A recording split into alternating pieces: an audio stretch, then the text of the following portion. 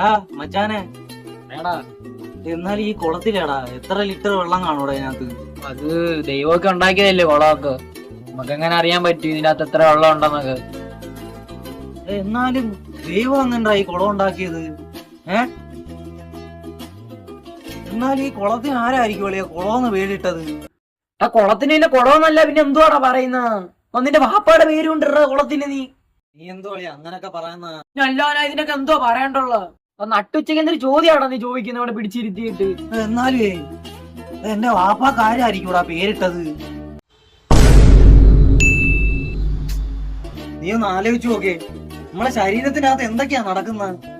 ഈ ഹാർട്ടൊക്കെ എങ്ങനെയാണ് ഈ ഇടിക്കുന്നത്? സത്യത്തിൽ ഹാർട്ട് ഇടിക്കുന്നുണ്ടോ? എന്റെ വായി നല്ലതൊന്നും വരത്തില്ല.